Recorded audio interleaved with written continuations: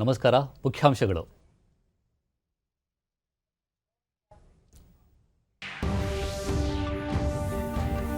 ಸುಭಾಷ್ ಚಂದ್ರ ಬೋಸ್ರ ಜೀವನ ಎಲ್ಲರಿಗೂ ಪ್ರೇರಕ ಶಕ್ತಿ. ದೇಶದ ಸಾರ್ವಭೌಮತ್ವ ಪ್ರಶ್ನಿಸುವವರಿಗೆ ತಕ್ಕ ಪ್ರತ್ಯುತ್ತರ ಪ್ರಧಾನಿ ನರೇಂದ್ರ ಮೋದಿ. ಫೆಬ್ರವರಿ 1ರಂದು ಕೇಂದ್ರ ಬಜೆಟ್ ಅಂತಿಮ ಹಂತದ ರೂಪುರೇಷೆ ಆರಂಭ. ಆಯವ್ಯಯದ ಮಾಹಿತಿಗಾಗಿ ಮೊಬೈಲ್ ಆ್ಯಪ್.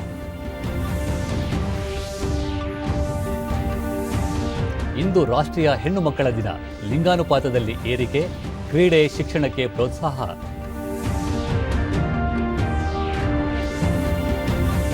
ಮುಂಬರುವ ಟೋಕಿಯೋ ಒಲಿಂಪಿಕ್ ಕ್ರೀಡಾಕೂಟಕ್ಕೆ ತಯಾರಿ.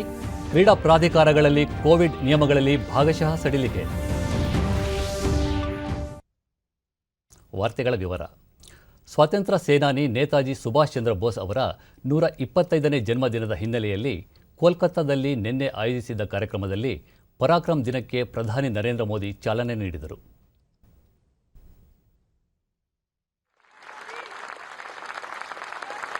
প্রকাশিত হলো এই স্মারক মুদ্রা। আরেকটি মুদ্রা করা হচ্ছে এবং এছাড়াও এই 125তম জয়ন্তী উপলক্ষে ಜಾರಿ ಕಿಯಾ ಜಾ ರಹಾ ಹೈ. ನಂತರ ಪ್ರಧಾನಿ ಪಶ್ಚಿಮ ಬಂಗಾಳದಲ್ಲಿ ರಾಮಕೃಷ್ಣ ಪರಮಹಂಸ, ಚೈತನ್ಯ ಪ್ರಭು, ಅರವಿಂದೋ, ಸ್ವಾಮಿ ವಿವೇಕಾನಂದ, ಶಾರದಾ, ಆನಂದಮಯಿ ಅವರಂತಹ ಮೇಧಾವಿಗಳು ಜನಿಸಿ ಸಮಾಜದ ಸುಧಾರಣೆಯಲ್ಲಿ ತೊಡಗಿದ ಪುಣ್ಯಭೂಮಿಯಾಗಿದೆ. ನೇತಾಜಿ ಸುಭಾಷ್ ಚಂದ್ರ ಬೋಸ್ ಅವರ ಜೀವನ, ಅವರ ಕಾರ್ಯಗಳು ಪ್ರೇರಕ ಶಕ್ತಿಗಳಾಗಿವೆ ಎಂದರು. ನೇತಾಜಿ ಸದಾ ಬಲಿಷ್ಠ, ಶಕ್ತಿಯುತ ಭಾರತ ನಿರ್ಮಾಣದ ಕನಸನ್ನು ಕಂಡಿದ್ದರು. ಅವರು ಕೋವಿಡ್-19 ಸಂದರ್ಭದಲ್ಲಿ ಲಸಿಕೆಗಳನ್ನು ಅಭಿವೃದ್ಧಿಪಡಿಸುವುದರಲ್ಲಿ ಪ್ರಗತಿ ಸಾಧಿಸಿರುವುದು ಮತ್ತು ಇತರೆ ದೇಶಗಳಿಗೆ ನೆರವಾಗುತ್ತಿರುವುದನ್ನು ನೋಡಿ ಹೆಮ್ಮೆ ಪಡುತ್ತಿದ್ದರು ಎಂದರು. अंग्रेजी हुकूमत को अगर बाहर से चोट पहुंचाई जाए तो उसे दर्द सबसे ज्यादा होगा. आज भारत को आत्मनिर्भर बनाने का है. देश का जन जन, देश का हर क्षेत्र, देश का हर व्यक्ति इससे जुड़ा है. आज हमारे पास उद्देश्य भी है, शक्ति भी है. आत्मनिर्भर भारत. ಸುಭಾಷ್ ಚಂದ್ರ ಬೋಸ್ ಅವರು ಬಡತನ, ಅನರಕ್ಷತೆ, ರೋಗ ರುಜಿನಗಳು ಅತಿ ದೊಡ್ಡ ಸಮಸ್ಯೆಗಳೆಂದು ಭಾವಿಸಿದ್ದರು ಮತ್ತು ಇವುಗಳ ನಿರ್ಮೂಲನೆಗೆ ಪಣ ತೊಟ್ಟಿದ್ದರು. ಸಮಾಜ ಒಗ್ಗೂಡಿದರೆ ಇಂತಹ ಯಾವುದೇ ಸಮಸ್ಯೆಗಳನ್ನು ಪರಿಹರಿಸಬಹುದು ಎಂಬುದರ ಮೇಲೆ ನಂಬಿಕೆ ಇಟ್ಟಿದ್ದರು ಎಂದು ಪ್ರಧಾನಿ ತಿಳಿಸಿದರು. ಇಂದು ಭಾರತ LICಯಿಂದ LOCವರೆಗೆ ಬಲಿಷ್ಠವಾಗಿರುವುದನ್ನು ಇಡೀ ಜಗತ್ತು ನೋಡುತ್ತಿದೆ.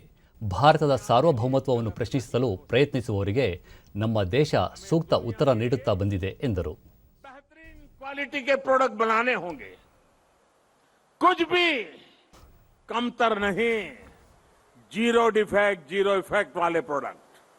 और ये वो महत्वपूर्ण जगह है. ಇದಕ್ಕೂ ಮುನ್ನ ಪ್ರಧಾನಿ ಮೋದಿ ನೇತಾಜಿ ಭವನಕ್ಕೆ ಭೇಟಿ ನೀಡಿ ಅಲ್ಲಿನ ವಸ್ತು ಸಂಗ್ರಹಾಲಯವನ್ನು ವೀಕ್ಷಿಸಿದರು. ಸ್ವಾತಂತ್ರ್ಯ ಸೇನಾನಿಗೆ ಸಂಬಂಧಿಸಿದ ಛಾಯಾಚಿತ್ರಗಳು, ಅವರು ಬಳಸುತ್ತಿದ್ದ ಪರಿಕರಗಳನ್ನು ವೀಕ್ಷಿಸಿದರು. ನಂತರ ರಾಷ್ಟ್ರೀಯ ಗ್ರಂಥಾಲಯಕ್ಕೆ ಭೇಟಿ ನೀಡಿದರು. Subhash Chandra Bose with returning on a ship. बचपन से लेकर और किस तरह से उनकी पूरी जो रही, हालांकि वो पढ़ने के लिए विदेश भी गए. ಫೆಬ್ರವರಿ 1ರಂದು ಕೇಂದ್ರ ಹಣಕಾಸು ಸಚಿವೆ ನಿರ್ಮಲಾ ಸೀತಾರಾಮನ್ ಮಂಡಿಸಲಿರುವ ಕೇಂದ್ರ ಬಜೆಟ್ನ ಅಂತಿಮ ಹಂತದ ರೂಪುರೇಷೆ ಸಿಹಿ ಹಲ್ವಾ ಸಮಾರಂಭದೊಂದಿಗೆ ನಿನ್ನೆ ಆರಂಭವಾಯಿತು. ದೆಹಲಿಯ ನಾರ್ತ್ ಬ್ಲಾಕ್ನಲ್ಲಿ ಆಯೋಜಿಸಿದ್ದ ಸಮಾರಂಭದಲ್ಲಿ ಹಲ್ವಾ ತಯಾರಿ ಹಾಗೂ ಕೇಂದ್ರ ಬಜೆಟ್ನ ಲಾಕ್ ಇನ್ ಪ್ರಕ್ರಿಯೆಗೆ ಚಾಲನೆ ನೀಡಿದರು.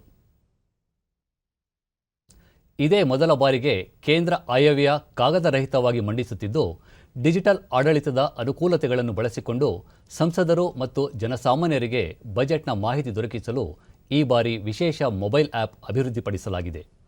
ಈ ಆ್ಯಪ್ನಲ್ಲಿ ಹಿಂದಿನ 14 ಕೇಂದ್ರ ಬಜೆಟ್ಗಳ ಮಾಹಿತಿ ಲಭ್ಯವಿದ್ದು, ಇದರಲ್ಲಿ ಹಣಕಾಸು ದಾಖಲೆಗಳು, ಪೂರಕ ಬೇಡಿಕೆಗಳು, ಹಣಕಾಸು ಮಸೂದೆಗಳು ಮತ್ತಿತರ ವಿವರಗಳು ಲಭ್ಯವಿದೆ. ಈ ಮೊಬೈಲ್ ಆ್ಯಪ್ ಬಳಕೆ ಸ್ನೇಹಿಯಾಗಿದ್ದು, ಮಾಹಿತಿಯನ್ನು ಸುಲಭವಾಗಿ ಹುಡುಕಬಹುದು. ಇಂಗ್ಲಿಷ್ ಮತ್ತು ಹಿಂದಿ ಭಾಷೆಯಲ್ಲಿ ಬಜೆಟ್ನ ವಿವರಗಳು ದೊರೆಯಲಿವೆ. ಆರ್ಥಿಕ ವ್ಯವಹಾರಗಳ ಇಲಾಖೆಯ ಮಾರ್ಗದರ್ಶನದಲ್ಲಿ NIC ಈ ಆ್ಯಪ್ ಅಭಿವೃದ್ಧಿಪಡಿಸಿದ್ದು, ಹಣಕಾಸು ಸಚಿವರು ಬಜೆಟ್ ಭಾಷಣ ಪೂರ್ಣಗೊಳಿಸಿದ ನಂತರ ಆ್ಯಪ್ನಲ್ಲಿ ಮಾಹಿತಿ ದೊರೆಯಲಿದೆ. www.indiabudget.gov.inಗೆ ಪೋರ್ಟಲ್ ಭೇಟಿ ನೀಡಿ ಮೊಬೈಲ್ ಆ್ಯಪ್ ಅನ್ನು ಡೌನ್ಲೋಡ್ ಮಾಡಿಕೊಳ್ಳಬಹುದಾಗಿದೆ.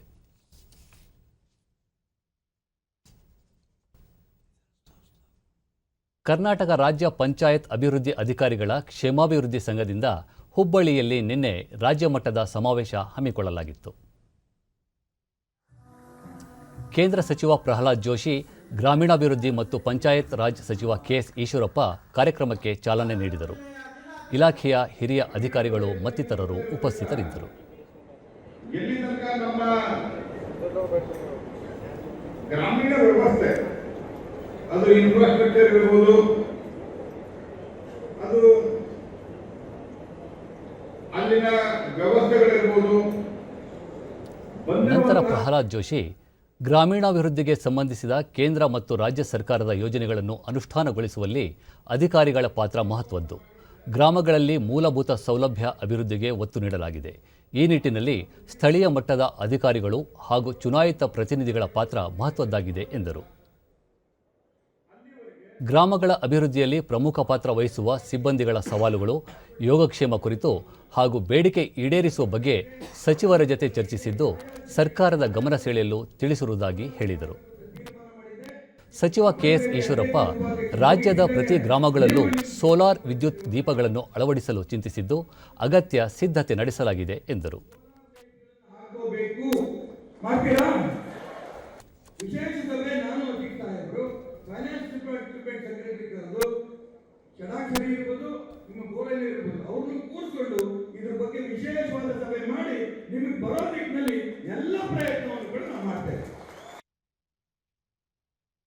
ಮೈಸೂರು ಜಿಲ್ಲೆ ಕ್ಯಾತಮಾರನಹಳ್ಳಿಯಲ್ಲಿ ಸಚಿವ ಎಸ್.ಟಿ. ಸೋಮಶೇಖರ್ ನಿನ್ನೆ ಮನೆ ಮನೆಗೆ ತೆರಳಿ ಅಯೋಧ್ಯೆಯ ಶ್ರೀರಾಮ ಮಂದಿರ ನಿರ್ಮಾಣಕ್ಕಾಗಿ ದೇಣಿಗೆ ಸಂಗ್ರಹಿಸಿದರು.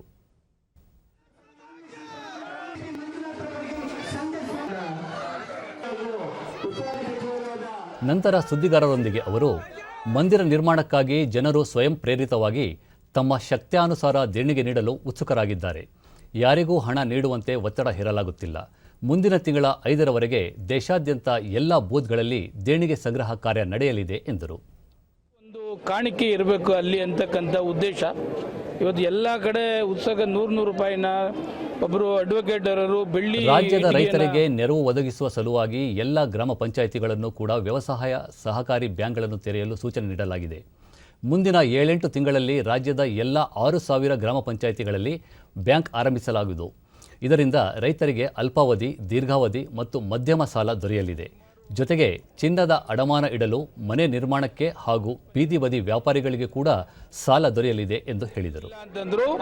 7-8 ತಿಂಗಳು ಒಳಗಡೆ ಎಲ್ಲ ಪ್ರತಿಯೊಂದು ಪಂಚಾಯತಿಲೂ ಒಂದೊಂದು ಫ್ಯಾಕ್ಸ್ನ ಮಾಡಬೇಕು ಅಂತಕ್ಕಂಥ ತೀರ್ಮಾನ ಕೂಡ ಮಾಡಿದ್ದೇವೆ. ಅದ್ರ ಜೊತೆಯಲ್ಲಿ ಥ್ರೂಔಟ್ ಕರ್ನಾಟಕ ಎಲ್ಲೆಲ್ಲಿ ಪಂಚಾಯತಿಗಳಿಗೆ ಫ್ಯಾಕ್ಸ್ ಇಲ್ಲ ಅವೆಲ್ಲ ಮಾಡಬೇಕು ತೀರ್ಮಾನ ಕೂಡ ಮಾಡಿದ್ದೇವೆ.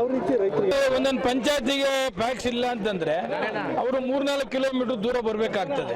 ಆ ಪಂಚಾಯತಿ ಒಳಗಡೆನೆ ಒಂದು ಫ್ಯಾಕ್ಸ್ ಓಪನ್ ಮಾಡಿದ್ರೆ ಆ ಸುತ್ತಮುತ್ತ ಅರ್ಧ ಕಿಲೋಮೀಟರ್ ಒಳಗಡೆನೆ ಅವರಿಗೆ ಎಲ್ಲ ಫೆಸಿಲಿಟೀಸು ಕೂಡ ಸಿಗ್ತದೆ. ಅದರಿಂದ ಇಂದು ರಾಷ್ಟ್ರೀಯ ಹೆಣ್ಣು ಮಕ್ಕಳ ದಿನ. ಹೆಣ್ಣು ಮಕ್ಕಳನ್ನು ಓದಿಸಿ ಮತ್ತು ಹೆಣ್ಣು ಮಕ್ಕಳನ್ನು ಬೆಳೆಸಿ ಎನ್ನುವ ಅಭಿಯಾನದೊಂದಿಗೆ ಕೇಂದ್ರದ ಎನ್ಡಿಎ ಸರ್ಕಾರ 2015ರ ಜನವರಿಯಲ್ಲಿ ಮಹತ್ವಾಕಾಂಕ್ಷೆಯ ಬೇಟಿ ಬಚಾವೋ ಬೇಟಿ ಪಢಾವೋ ಕಾರ್ಯಕ್ರಮವನ್ನು ಜಾರಿಗೆ ತಂದಿದೆ. ಇದರಿಂದ ಲಿಂಗ ತಾರತಮ್ಯ ನಿವಾರಣೆಗೆ ಅನುಕೂಲವಾಗಲಿದೆ. ಹೆಣ್ಣು ಮಕ್ಕಳ ಸಂಖ್ಯೆಯನ್ನು ಹೆಚ್ಚಿಸುವ ಉದ್ದೇಶದಿಂದ ಈ ಯೋಜನೆಯನ್ನು ಜಾರಿಗೆ ತರಲಾಗಿದೆ. 2014-15ರಲ್ಲಿ 1,000 ಬಾಲಕರಿಗೆ 918 ಮಂದಿ ಬಾಲಕಿಯರ ಅನುಪಾತವಿತ್ತು. ಈ ಪ್ರಮಾಣ 2019-20 ವೇಳೆಗೆ 934ಕ್ಕೆ ಏರಿಕೆಯಾಗಿದೆ ಎಂದು ಇತ್ತೀಚಿನ ಅಧ್ಯಯನಗಳು ತಿಳಿಸಿವೆ. ಹೆಣ್ಣು ಮಕ್ಕಳ ಆರೋಗ್ಯ, ಶಿಕ್ಷಣದಲ್ಲಿ ಗಮನಾರ್ಹ ಸುಧಾರಣೆಗಳಾಗಿದ್ದು ವರ್ತನೆಯಲ್ಲೂ ಅಗತ್ಯ ಬದಲಾವಣೆ ಕಂಡುಬಂದಿದೆ. ಕೇಂದ್ರ ಸರ್ಕಾರ ಮಹಿಳೆಯರ ಸಬಲೀಕರಣಕ್ಕೆ ಆದ್ಯತೆ ನೀಡಿದ್ದು ಎಲ್ಲ ಹಂತದಲ್ಲೂ ಮಹಿಳೆಯರು ಉತ್ತಮ ಸಾಧನೆ ಮಾಡಲು ಸೂಕ್ತ ವಾತಾವರಣ ನಿರ್ಮಾಣ ಮಾಡುತ್ತಿದೆ. ಕ್ರೀಡಾ ಕ್ಷೇತ್ರದಲ್ಲೂ ಮಹಿಳೆಯರ ಪಾಲ್ಗೊಳ್ಳುವಿಕೆ ಹೆಚ್ಚಾಗಿದೆ. ಖೇಲೋ ಇಂಡಿಯಾ, ಒಲಿಂಪಿಕ್ ವೇದಿಕೆಯ ಗುರಿ, ಫಿಟ್ ಇಂಡಿಯಾ ಅಭಿಯಾನಗಳ ಮೂಲಕ ಮಹಿಳೆಯರ ಕ್ರೀಡಾ ಚಟುವಟಿಕೆಗಳನ್ನು ಉತ್ತೇಜಿಸಲು ಹಲವು ಕ್ರಮಗಳನ್ನು ಕೈಗೊಳ್ಳಲಾಗಿದ್ದು, ಇದರ ಪರಿಣಾಮ ಮುಂಬರುವ ಟೋಕಿಯೋ ಒಲಿಂಪಿಕ್ನಲ್ಲಿ ಪಾಲ್ಗೊಳ್ಳುವ ಒಟ್ಟಾರೆ ಪ್ರಮಾಣದಲ್ಲಿ ಮಹಿಳಾ ಕ್ರೀಡಾಪಟುಗಳ ಸಂಖ್ಯೆ 43%ರಷ್ಟಿದೆ. ಕೇಂದ್ರ ಸರ್ಕಾರದ ಸಮಗ್ರ ಶಿಕ್ಷಣ ಯೋಜನೆಯಡಿ ಹೆಣ್ಣು ಮಕ್ಕಳ ಅಧ್ಯಯನಕ್ಕೆ ವಿಶೇಷ ಆದ್ಯತೆ ನೀಡಲಾಗಿದೆ. 8ನೇ ತರಗತಿಯವರೆಗೆ ಉಚಿತ ಪುಸ್ತಕ, ಬಡತನ ರೇಖೆಗಿಂತ ಕೆಳಗಿರುವ ಹಾಗೂ ಪರಿಶಿಷ್ಟ ಸಮುದಾಯದ ವಿದ್ಯಾರ್ಥಿಗಳಿಗೆ ಉಚಿತ ಸಮವಸ್ತ್ರ, ಸ್ವಯಂ ರಕ್ಷಣೆಯ ತರಬೇತಿ, ವಸತಿ ಸಹಿತ ಶಾಲೆಗಳು, ಕುಗ್ಗಾಡು ಪ್ರದೇಶಗಳು, ಬುಡಕಟ್ಟು ಸಮುದಾಯಗಳು ವಾಸಿಸುವ ಪ್ರದೇಶಗಳಲ್ಲಿ ವಸತಿ ಶಾಲೆಗಳ ಮೂಲಕ ಉತ್ತಮ ಶಿಕ್ಷಣ ನೀಡುವ ಕಾರ್ಯಕ್ರಮವನ್ನು ಜಾರಿಗೊಳಿಸಲಾಗಿದೆ.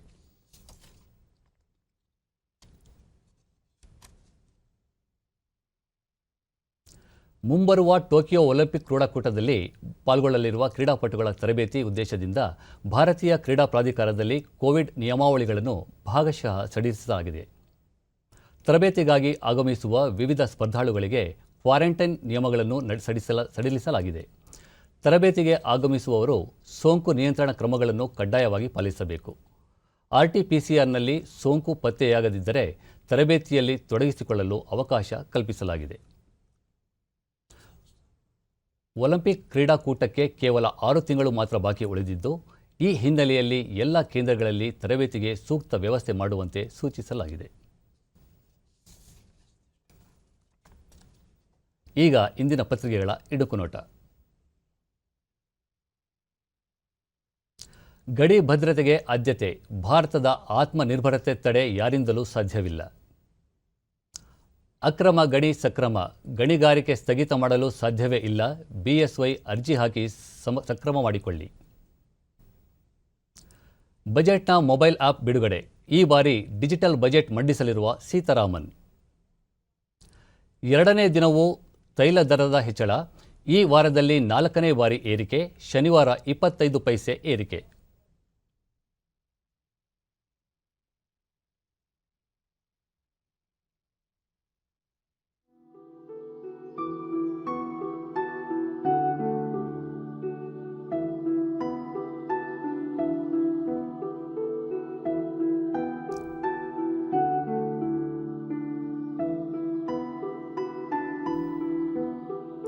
ಪ್ರಶ್ನೆ ಪತ್ರಿಕೆ ಲೀಕ್, FDA ಪರೀಕ್ಷೆ ಮುಂದೂಡಿಕೆ.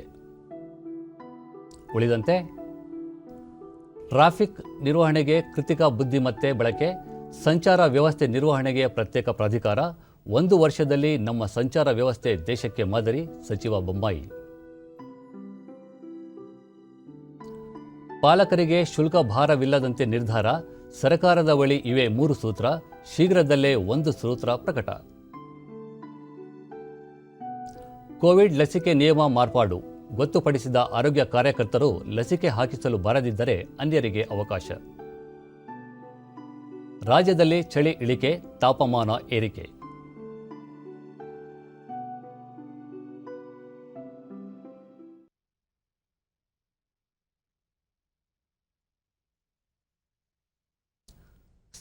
ಸ್ಪಿನ್ ವಿಭಾಗದಲ್ಲಿ ಭಾರತ ಬೆಸ್ಟ್, ಇಂಗ್ಲೆಂಡ್ ಸ್ಪಿನ್ನರ್ಗಳ ಕರಾಮತ್ತು ನಡೆಯದು ಎನ್ನುತ್ತಾರೆ ಕ್ರಿಕೆಟ್ ಪಂಡಿತರು. ಕೊನೆಯಲ್ಲಿ ಮತ್ತೊಮ್ಮೆ ಮುಖ್ಯಾಂಶಗಳು.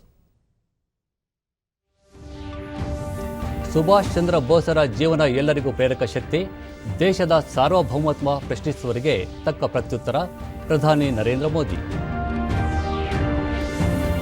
ಫೆಬ್ರವರಿ 1ರಂದು ಕೇಂದ್ರ ಬಜೆಟ್, ಅಂತಿಮ ಹಂತದ ರೂಪುರೇಷೆ ಆರಂಭ, ಆಯವ್ಯಯದ ಮಾಹಿತಿಗಾಗಿ ಮೊಬೈಲ್ ಆ್ಯಪ್.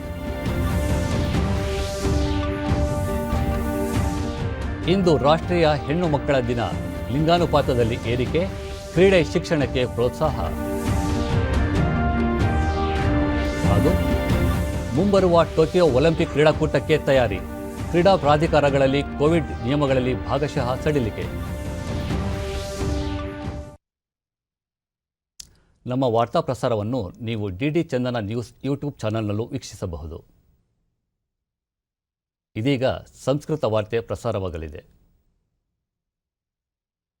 ನಮ್ಮ ಮುಂದಿನ ವಾರ್ತಾ ಪ್ರಸಾರ ಬೆಳಗ್ಗೆ 11 ಗಂಟೆಗೆ ಚಂದನದಲ್ಲಿ.